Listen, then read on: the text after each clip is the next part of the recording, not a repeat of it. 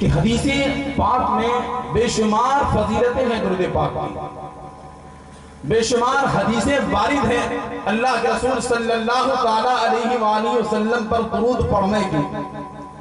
اور یاد رکھیں پیارے دوستوں عزیزوں کہ نبی کریم صلی اللہ تعالیٰ علیہ وسلم پر درود جب پڑھا جائے نا، اور عاشق سچے دل سے پڑھیں، سچے دل کے ساتھ پڑھیں، تو قسم خدا کی اگر وہ جس پریشانی میں ہوگا اللہ کے رسول پر درود پاک کی پڑھنے کے برکت کے سبب اس کی پریشانیاں دور ہو جائیں گی، اس کی مصیبتیں دور ہو جائیں گی۔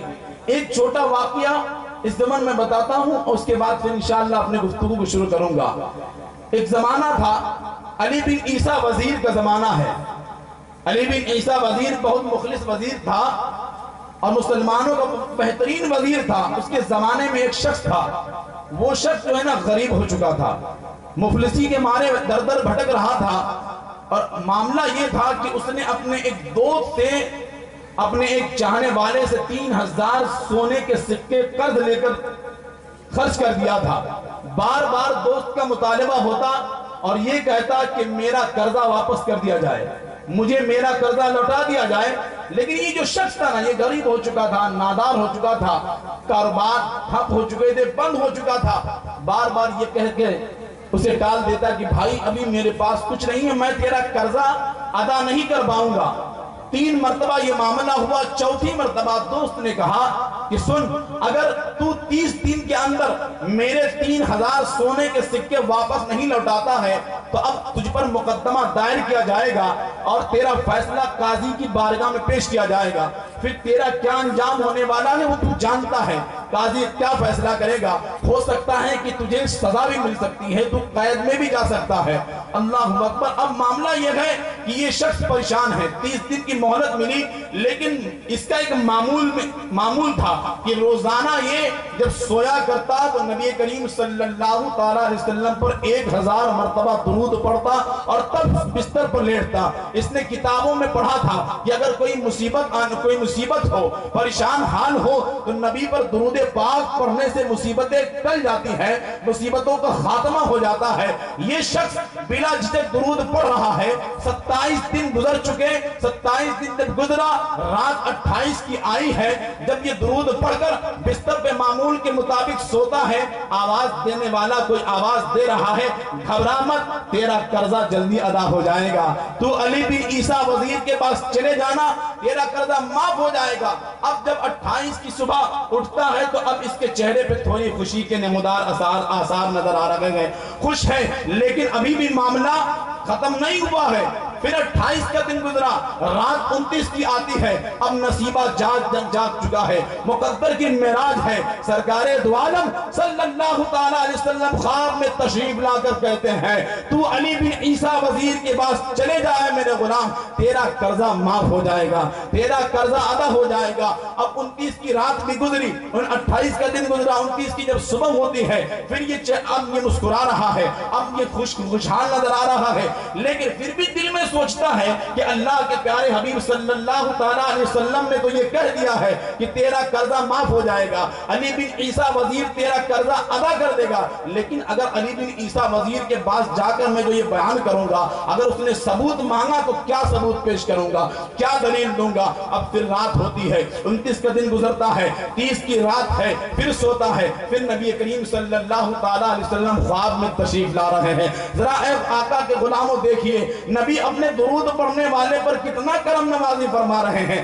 آقا فرماتے ہیں کہ تیرا قرضہ ادا ہو جائے گا، علی بن عیسیٰ وزیر کے پاس چلے جا۔ وہ کہتا ہے یا رسول اللہ چلا تو جاؤں گا، لیکن اگر اس نے ثبوت مانگا تو کیا ثبوت پیش کروں گا۔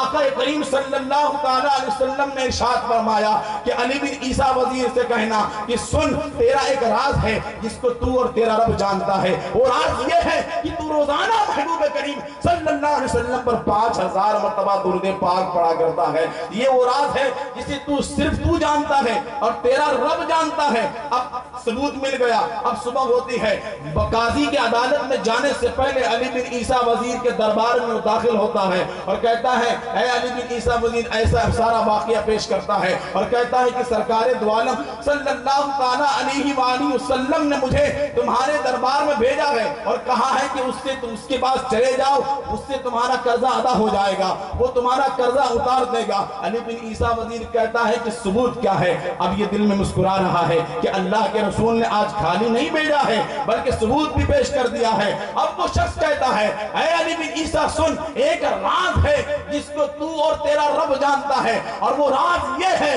کہ تو روزانہ اپنے نبی صلی اللہ علیہ وسلم پر 5000 مرتبہ درود پڑھتا ہے، اس کے بعد دیگر کاموں میں مشغول ہوتا ہے۔ اب علی بن عیسیٰ وزیر کہتا ہے کہ بات تو صحیح ہے، یہ راز تو صرف میں اور میرا رب ہی جانتا ہے۔ حضرات، علی بن عیسیٰ وزیر نے 3000 سونے کے سکے اس کو دیے اور پھر اپنے چیمبر میں جاتا ہے، پھر 3000 سونے کے سکے دیے، کہتا ہے کہ سن، یہ 3000 سونے کا جو سکہ ہے اس سے تیرا قرضہ ادا ہو جائے گا، اور 3000 جو دوسرے سونے کے سکے کی تھیلی ہے یہ تو لے جا، اس سے تیرا کاروبار کر لینا، تو اپنے بچوں کی پرورش کرنا۔ اب دیکھیے حضرات، ذرا غور کریں، نبی کریم صلی اللہ علیہ وسلم غلاموں پر کتنی کرم نوازی فرما رہے ہیں۔ ابھی وہ شخص کچھ دیر پہلے غریب تھا، مفلس تھا، نادار تھا، لیکن ابھی 6000 سونے کے سکوں کا مالک ہو گیا۔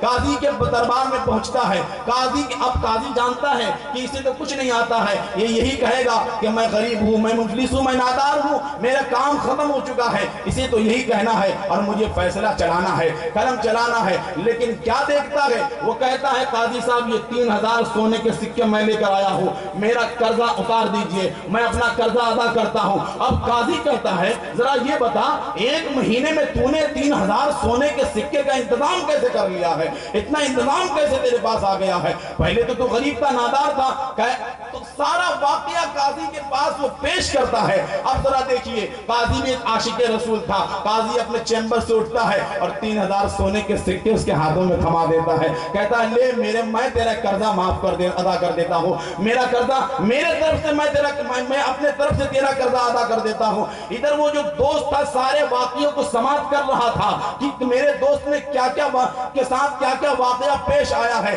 دوست کہتا ہے قاضی صاحب ذرا رکیے، آپ ہی ساری نیکیاں کمانے کا حقدار نہیں رکھتے ہیں، میں بھی آقا کا غلام ہوں، میں بھی اس نیکی میں حصہ لینا چاہتا ہوں۔ اٹھائیے کاپی اور قلم، لکھیے کہ میں نے اس شخص کا قرضہ معاف کر دیا ہے۔ اللہ اکبر، ذرا غور کرے پیارے آقا کے پیارے دیوانوں۔ وہ شخص کہتا ہے قاضی صاحب اب تو قرضہ معاف ہو چکا ہے، یہ 3000 دینار آپ اپنے پاس رکھ لیجئے۔ قاضی عاشق رسول تھا، کہتا ہے کہ سن، جو پیسہ نبی کے نام پر میں نے تجھے دیا ہے اب دوبارہ نہیں لے سکتا ہوں۔ تو یہ واقعہ بتانے کا مقصد یہ تھا کہ ہمارا اور آپ کا ایمان تازہ ہو جائے۔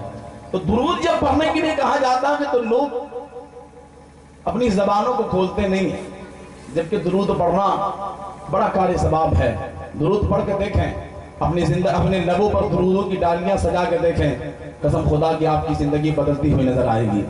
اور آپ حسین کے ماننے والے ہیں اور درود پڑھنے کے لیے کہا جائے تو ہمارے لب خاموش ہوں، پڑھیں مچل کے درود پاک۔ اللہم صلی علی سیدنا شفیعنا نبینا مولانا محمد معدن الجود والکرم، صلاۃ و سلام علیک یا رسول اللہ صلی اللہ تعالی علیہ وسلم۔ عزیزان گرامی، اللہ تبارک و تعالیٰ کا کروڑا احسان ہے کہ ہم آقا کریم مصطفیٰ جان رحمت صلی اللہ تعالی علیہ وسلم کی امت ہے، اور یہ امتی ہونا ہمیں نصیب ہے، ورنہ نبی آئے ہیں، کئی نبی ایسے گزرے ہیں دنیا میں جنہوں نے نبی کریم صلی اللہ تعالی علیہ وسلم کی امتی ہونے کا آرزو کیا ہے، جنہوں نے تمنائیں کی ہیں، لیکن ہم وہ خوش نصیب انسان ہیں، ہم وہ مقدر والے انسان ہیں کہ ہم نے آقا کریم صلی اللہ تعالی علیہ وسلم پر ایمان بھی لایا، اللہ کے رسول صلی اللہ تعالی وسلم کے خوشخبریوں کو بھی سماعت کیا۔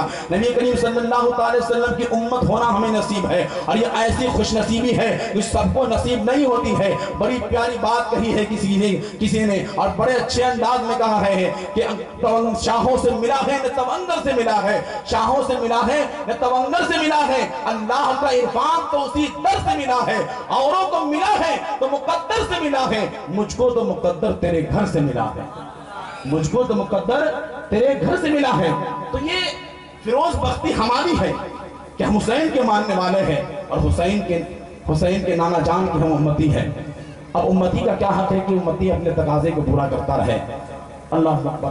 محترم دوستو، ہم اور آپ سلام یا حسین کانفرنس میں بیٹھے ہوئے ہیں۔ امام حسین رضی اللہ تعالیٰ عنہ کے بارگاہ میں خراج عقیدت پیش کرنے کے لیے بیٹھے ہوئے ہیں۔ وہ حسین جنہوں نے کربلا میں اپنی جان قربان کر دی، وہ حسین جو مدینے میں کھیلتے رہے، وہ حسین جن کے گھر کا دروازہ مسجد نبوی صلی اللہ تعالیٰ علیہ وسلم کے سامنے کھلتا تھا، وہ حسین جنہوں نے مسجد نبوی کے اندر پرورش پائی اور جوان ہوئے، مدینے میں کھیلتے رہے۔ اب ذرا تصور میں سوچے، اب ذرا دل پر ہاتھ رکھ کے دیکھیں کہ اس حسین کے لیے مدینہ چھوڑنا اتنا آسان نہیں تھا۔ اس حسین کے لیے مدینہ چھوڑنا اتنا آسان نہیں تھا، اور پھر وہ مدینہ جو حسین کے نانا جان کو بہت پسند ہو، وہ مدینہ جس کی قسم اللہ تبارک و تعالیٰ قرآن میں بیان فرمائے، وہ مدینہ جن کے لیے نانا حسین دعا فرمائے کہ اے اللہ مدینے میں برکت عطا فرما، تو کیسا وہ منظر ہوگا، کیسا وہ لمحہ ہوگا، کیسا وہ وقت ہوگا کہ امام حسین رضی اللہ تعالیٰ عنہ مدینہ چھوڑ رہے ہیں۔ اور یہ علم تھا، یہ شعور بھی رکھتے تھے کہ اب دوبارہ اس شہر حضور میں حاضر نہیں ہو سکوں گا، اب نانا جان کے اس شہر میں دوبارہ نہیں آ سکوں گا۔ یہ جانتے تھے مدینہ چھوڑ رہے ہیں۔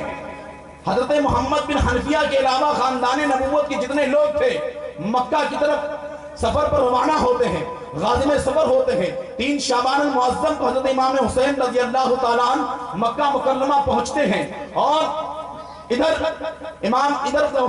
کوفیوں کے خطوط آنے شروع ہو جاتے ہیں۔ امام حسین رضی اللہ تعالیٰ عنہ اپنے چچیرے بھائی حضرت سیدنا امام مسلم بن عقیل رضی اللہ تعالیٰ عنہ کو صورتحال معلوم کرنے کے لیے کوفہ روانہ فرما دیتے ہیں۔ ادھر 25 پیدل حج کرنے والے سیدنا امام حسین رضی اللہ تعالیٰ عنہ مکہ مکرمہ پہنچتے ہیں۔ 8 ذی الحجۃ الحرام شریف کو احرام باندھتے ہیں، حج کے لیے احرام باندھتے ہیں۔ پتہ چلتا ہے کہ کوفیوں کے لباس میں قاتل چھپا دیے گئے ہیں، پتہ چلتا ہے کوفیوں کے لباس میں قاتل چھپا دیے گئے ہیں۔ امام علی مقام، امام تشنا مقام، امام غمام، امام عرش مقام سیدنا امام حسین رضی اللہ تعالیٰ عنہ حج کے بجائے عمرے میں تبدیل فرما دیتے ہیں، اور اب آپ کوفے کی طرف روانہ ہوتے ہیں، کوفے کی طرف غازی میں سفر ہوتے ہیں۔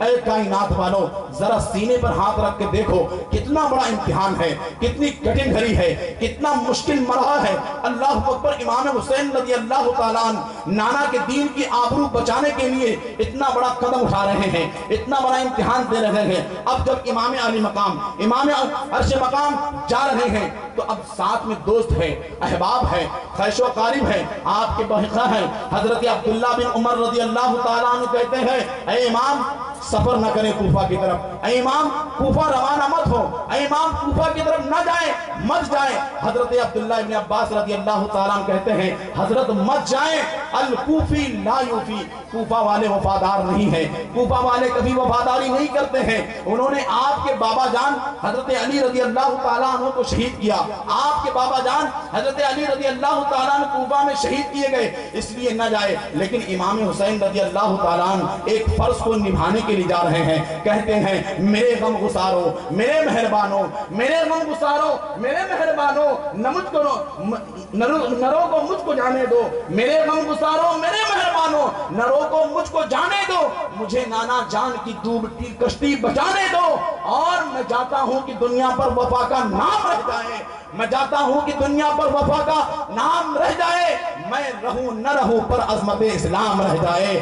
میں نہیں جاتا تو نبی کے گھر کی آن جاتی ہے، میں نہیں جاتا تو نبی کے گھر کی آن جاتی ہے، تمہارا دین جاتا ہے، میری غیرت ایمان جاتی ہے۔ اللہ اکبر، نعرہ تکبیر، نعرہ رسالت، مسلک اعلی حضرت یا حسین، ماشاءاللہ، سبحان اللہ، سبحان اللہ۔ میں نہیں جاتا نبی کے گھر کی آن جاتی ہے، تمہارا دین جاتا ہے، میری غیرت ایمان جاتی ہے۔ تو حضرت امام حسین رضی اللہ تعالیٰ عنہ چلے۔ مختصر دیکھیے، آپ نے تاریخ کربلا کو مکمل طریقے سے سماعت کیا ہے، مجھ سے پہلے بھی اچھا خطاب سماعت کیا ہے۔ میں بس اپنی گفتگو میں مختصر سے حالات کو بتاتے ہوئے آپ کو کربلا تک لے چل رہا ہوں، اور اسلامی گفتگو اس کے بعد انشاءاللہ ختم۔ میں نہیں جاتا، نبی کے گھر کی آن جاتی ہے، تمہارا دین جاتا ہے، میری غیرت ایمان جاتی ہے۔ تو امام حسین رضی اللہ تعالیٰ عنہ چلے، راستے میں ہے، ابھی پورا سفر مکمل نہیں کیا ہے، ابھی کوفہ نہیں پہنچے ہیں، راستے میں خبر آتی ہے، معلوم ہوتا ہے امام کوفہ والوں کے دل بدل گئے، کوفہ والوں نے بے وفائی کر دی ہے، کوفہ والوں نے بے وفائی کر دی ہے۔ امام مسلم بن عقیل رضی اللہ تعالیٰ عنہ کو شہید کر دیا گیا ہے، نعمان بن بشیر کو معزول کر دیا گیا ہے، ابن مرجانہ ابن زیاد جیسا بدبخت شخص وہاں متعین کر دیا گیا ہے۔ یہ دونوں بڑے ظالم شخص تھے۔ اے امام علی مقام، انہوں نے کوفے والے کو دھمکایا، ڈرایا، اور کوفے والوں کے دل بدل گئے، کوفے والوں کے دل بدل گئے۔ کوفے وہ 40 وہ مسجد کوفہ کا دل گداز منظر کہ جب امام مسلم بن عقیل رضی اللہ تعالیٰ عنہ امامت کے لیے کھڑے ہوئے تو 40,000 کوفی آپ کے اقتداء میں نماز کے لیے کھڑے ہوئے ہیں، آپ کے اقتداء میں نماز پڑھ رہے ہیں۔ جب میرے امام نے سلام پھیرا تو دیکھا کوئی نہیں ہے، امام مسلم بن عقیل رضی اللہ تعالیٰ عنہ تنہا رہ گئے ہیں، لوگوں نے اپنے دروازے بند کر دیے، رات کی تنہائی ہے، جائے تو کہاں جائے۔ امام مسلم بن عقیل رضی اللہ تعالیٰ عنہ تنہا ہے، لوگوں نے اپنے گھر کے دروازے بند کر دیے کہ اگر یہ ہمارے گھر آ جائیں گے، ہمارے گھر میں پناہ لے لیں گے تو ہم حکومتی تشددوں کے شکار ہو جائیں گے، ہمیں بھی پریشان کیا جائے گا۔ اب کہتے ہیں امام علی مقام راستے میں ہیں، یہ ساری کہانی آپ کے پاس پہنچ رہی ہے کہ اے امام علی مقام، 40,000 کوفیوں نے بیعتیں توڑ دی ہیں، تمام کوفی بدل گئے ہیں، اور پھر ایک وقت بھی آیا کہ امام مسلم بن عقیل رضی اللہ تعالیٰ عنہ کو شہید کر دیا گیا، اور پھر بے دردی سے شہید کیا گیا۔ یہ تمام باتیں امام تک پہنچتی ہے کہ امام اب نہ جائیں، خیش و قارب ہے، دوست ہیں، آوان و انصار ہیں، اعزہ ہے، قربا ہے، کہتے ہیں امام یکسر حالت تبدیل ہو چکے ہیں، اب جانا مناسب نہیں ہے، اب مراجعت کرنی چاہیے، اب واپس لوٹ جانا چاہیے۔ امام حسین رضی اللہ تعالیٰ عنہ تھوڑی دیر کافی سوچ و وچار میں رہتے ہیں، اس کے بعد آپ کہتے ہیں کہ ہم آگے بڑھیں گے۔ پھر دوست ہے، احباب ہے، کہتے ہیں حضور نہ جائیں، حالات تبدیل ہو چکے، حالات پہلے جیسے نہیں ہیں، ہمیں ڈر ہے کہ اگر آپ چلے جائیں گے تو آپ کے ساتھ بھی وہ اچھا سلوک نہیں کریں گے، آپ کو بھی بھوکے پیاسے آپ کے بچوں کے سامنے شہید کر دیا جائے گا۔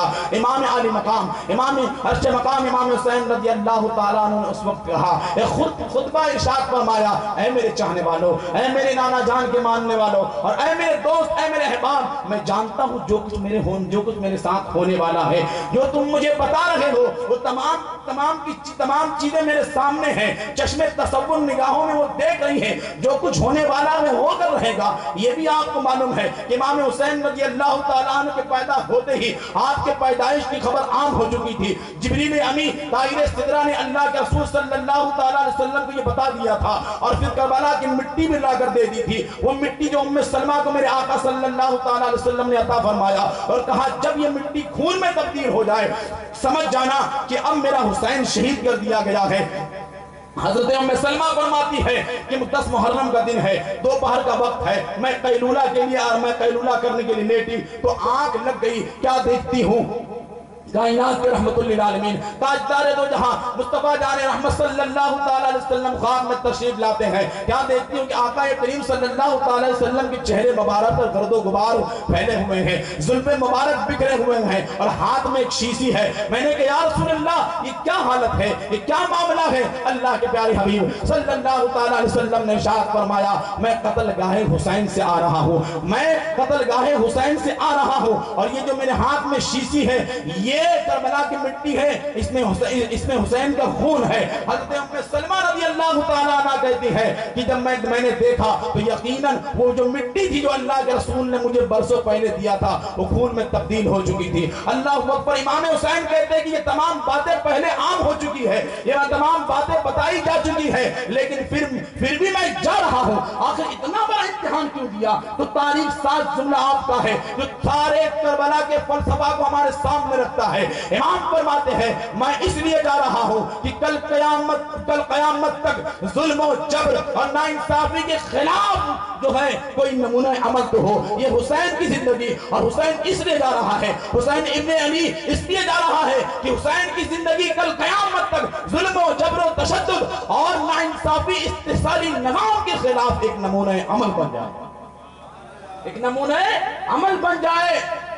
امام حسین رضی اللہ تعالیٰ عنہ نے حق و باطل کے درمیان اپنے خون سے ایک سرخ لکیر کھینچ دیا۔ اب حق و باطل کے درمیان فرق کرنا کوئی مشکل کام نہیں ہے، کوئی مشکل مرحلہ نہیں ہے۔ اگر کوئی باطل پہ اڑا رہے تو یہ الگ بات ہے، لیکن امام علی مقام نے حدود بالکل واضح فرما دی، ایک جہاں بات کر دیا، حق و باطل کی راہیں اجال دی۔ اب کسی یزید کا چہرہ پہچاننے میں ہمیں دیر نہیں لگتی ہے، بہت جلدی ہم پہچان لیتے ہیں کہ یہ یزیدی ہے، یہ حسینی ہے۔ وقت کے ہر یزید کا چہرہ اب آسانی کے ساتھ ہم پہچان لیتے ہیں۔ وقت کے یزیدی کا چہرہ ہمیں آسانی معلوم ہو جایا کرتا ہے۔ اللہ اکبر۔ تو یہ جو معرفت ہے یہ کس نے دلوائی؟ تو یہ معرفت حسین ابن علی نے دلوائی۔ جو معرفت تو حسین ابن علی نے یہ معرفت کروائی۔ حق اور باطل کے درمیان کوئی واضح فرق فرما دیا، امتیاز کرنا کوئی مشکل نہیں۔ تو امام حسین رضی اللہ تعالیٰ عنہ کہتے ہیں کہ اے لوگوں، مجھے معلوم ہے جو کچھ ہونے والا ہے، پھر بھی میں جاؤں گا۔ اور پھر امام علی مقام امام حسین رضی اللہ تعالیٰ عنہ بڑھتے ہیں۔ 7 محرم کو جب کربلا پہنچتے ہیں تو 7 محرم کو آپ پر پانی بند کر دیا جاتا ہے، اور حضرات جب پانی بند کر دیا کیا گیا تو پھر کھانا بھی میسر نہیں تھا، کیونکہ پانی ذکر صرف پانی کا کیا جاتا ہے، کیونکہ کھانا اگر کئی دن تک آدمی نہ کھائے تو زندگی گزر سکتی ہے، زندگی کٹ سکتی ہے، لیکن پانی اگر نہ ملے تو زندگی کا بسر نہیں، زندگی کا گزارا نہیں۔ 3 دن تک پانی بند کر دیا گیا۔ اللہ اکبر۔ وارث ہو ساقی کوثر کے، بیٹے ہو حوض کوثر کے، مالک ہو حوض کوثر کے، اور آج ایک بوند پانی بھی میسر نہیں ہے۔ نہر فرات اپنے تاب کے ساتھ چمک رہی ہے، لیکن خاندان نبوت کو ایک پانی کا قطرہ نہیں دیا جا رہا ہے۔ 9 محرم الحرام شریف کے رات میں دشمن حملہ آور ہونا چاہتے ہیں۔ امام علی مقام نے کہا کہ ہمیں عبادت کی وقت دیا جائے تاکہ ہم اللہ کے حضور عبادت کر لیں، تاکہ ہم اللہ کے حضور عبادت کر لیں، اپنے رب کو راضی کر لیں۔ ساری رات عبادت میں گزرتی ہے، ساری رات ریاضت میں گزرتی ہے۔ امام علی مقام امام حسین رضی اللہ تعالیٰ عنہ جب رات کا آخری پہر گزرتا ہے، آپ چراغ کو بجھا دیتے ہیں، اور چراغ کو بجھا دیتے ہیں، اندھیرا ہو جاتا ہے، اور آپ کہتے ہیں اپنے اعوان و انصار سے کہ اے میرے دوستو، اے میرے احباب، تم چلے جاؤ، تم کربلا چھوڑ کر چلے جاؤ، ان کی دشمنی میرے ساتھ ہے، ان کا مطلوب میں ہوں، ان کا مطلوب تم نہیں ہو، یہ میرا خون چاہتے ہیں اور یہ میرا خون بہا کر رہیں گے، تم رات کے اندھیرے میں چلے جاؤ، میں نے چراغ بجھا دیا ہے اور میں تم سے مواخذہ بھی نہیں کروں گا، اور یہ جو ہے تمہارا پیچھا بھی نہیں کریں گے۔ اللہ اکبر۔ وہ منظر کیسا تھا، وہ لمحہ کیسا تھا۔ امام علی مقام نے جب چراغ جلایا ہے تو تمام دوست احباب موجود ہے، کوئی اپنی جگہ سے ہلا نہیں ہے، تمام کے تمام گھیر کے بیٹھے ہوئے ہیں۔ حضرت مسلم بن اوسجہ رضی اللہ تعالیٰ عنہ کہتے ہیں اے میرے امام علی مقام، اے امام حسین سنیے، ہم نے آپ کے نانا جان کا کلمہ پڑھا ہے تو ہم آپ سے کیسے بے وفائی کر سکتے ہیں؟ اے امام سنیے، ہمارے جسم کو 70 بار کاٹا جائے اور کاٹ کر جلا دیا جائے اور جلا کر ہوا میں اڑا دیا جائے، پھر بھی ہم آپ کا ساتھ نہیں چھوڑیں گے، پھر بھی ہم آپ کا ساتھ نہیں چھوڑیں گے۔ 70 سال کے حبیب بن مظاہر رضی اللہ تعالیٰ عنہ ہیں، کھڑے ہوتے ہیں اور کہتے ہیں حضور آپ کو چھوڑ کر جائے تو کہاں جائے، آپ کے دامنے کرم کو چھوڑ کر جائے تو کہاں جائے؟ گرمی کا ماحول ہے، کربلا کا خونی منظر ہے، تکلیف ہے، بھوک پیاس کی شدتیں ہیں، لیکن کوئی چھوڑ کر جانے کو تیار نہیں ہے، کوئی چھوڑ کر جانے کو تیار نہیں ہے۔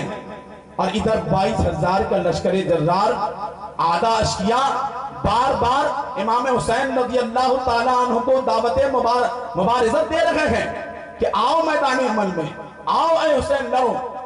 صرف ان 72 لوگوں کے لیے کربلا میں 22,000 کا لشکر جرار، کیا مقصد تھا؟ مقصد یہ تھا کہ امام حسین کو ڈرایا جائے، کہا شرط یہ رکھی کہ یزید کی بیعت کر لے تو محاصرہ توڑ دیا جائے گا، پانی دستیاب کر دیا جائے گا، نہر فرات سے پہرے ہٹا دیے جائیں گے،